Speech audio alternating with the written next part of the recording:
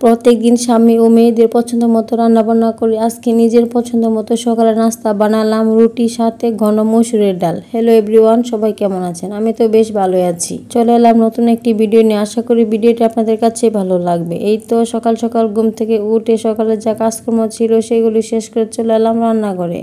আজকে আমার নিজের পছন্দ মতো নাস্তা বানাবো, রুটি করব, সাথে ঘন মসুর ডাল রান্না করব। এই তো ডালটা বসিয়েও দিলাম। প্রত্যেকদিন সকালবেলা ভাতই খাওয়া হয়, নিয়ম করে মাঝে মধ্যে রুটি করা হয়। এই তো ডালটা আমি এখন ভালোভাবে ভেজে নিয়ে তারপর পরিমাণ মতো জল দিয়ে দিলাম। তারপর নাড়াচাড়া করে দেব। কয়েকটা কাঁচামরিচ দিব, বেশি দিইনি, যেহেতু মেয়েরা খাবে, তারা আবার জাল খেতে পারে না। এই তো কাঁচামরিচগুলো দিয়ে দিলাম। এখন ডালটা রান্না করে নেব। ডালটা হয়ে যাবে, বেশিক্ষণ লাগে না ডাল রান্না করতে। এই তো ডালটা আমার রান্না হয়ে গিয়েছে। রান্নার এক ফাঁকে আটাগুলো মেখে রেখেছিলাম, এখন ঝটপট রুটিগুলো বানিয়ে ফেলবো। আটাটা কিছুক্ষণ মেখে রাখলে তারপর রুটিগুলো করলে অনেক সুন্দর হয়, সফট হয়, তার জন্য মেখে রেখেছিলাম। আমি রুটি তেমন সুন্দরভাবে বেলতে পারি না, গোল গোল হয় না, যেমনই পারি তেমনই করছি।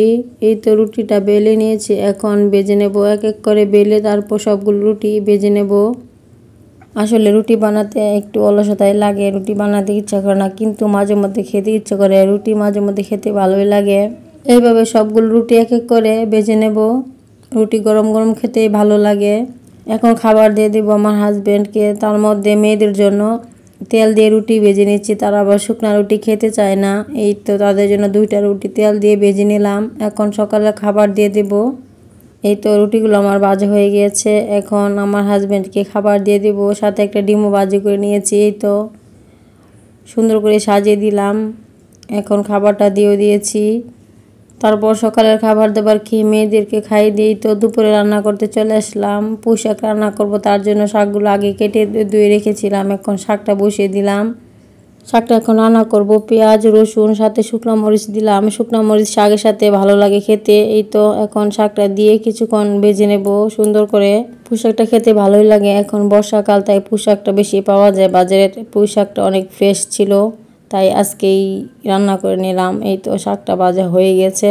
এখন মাছের মাথাগুলো ভেজে নিচ্ছি। মাছের মাথা দিয়ে মাসকলাইয়ের ডাল রান্না করব, তার জন্য মাছের মাথাগুলো ভেজে নেব সুন্দর করে।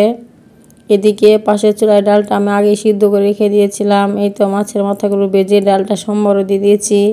মাছের মাথা দিয়ে ডাল আমরা সবাই পছন্দ করি, মোটামুটি আমার মেয়েরাও খেতে ভালোবাসে। এই তো তারপর রান্নাবান্না শেষ করে দুপুরে খাওয়া দাওয়া শেষ করে তারপর একটু রেস্ট করে সন্ধ্যার পর সন্ধ্যা দিয়ে তারপর মেয়েদের জন্য একটু নুডলস রান্না করে নিলাম। তাদেরকে দিয়ে দিলাম, তারা এখন তুলে তুলে খাবে। নুডলসটা যেহেতু পছন্দ করে তাই তুলে তুলেই খায়। নুডলস খেতে আমারও ভালো লাগে। এই তো আমি একটু নিলাম, এখন খাবো। এই তো আজকের মতো ভিডিওটা এখানেই শেষ করছি। ভালো লাগলে লাইক কমেন্ট শেয়ার করে দিবেন। টাটা।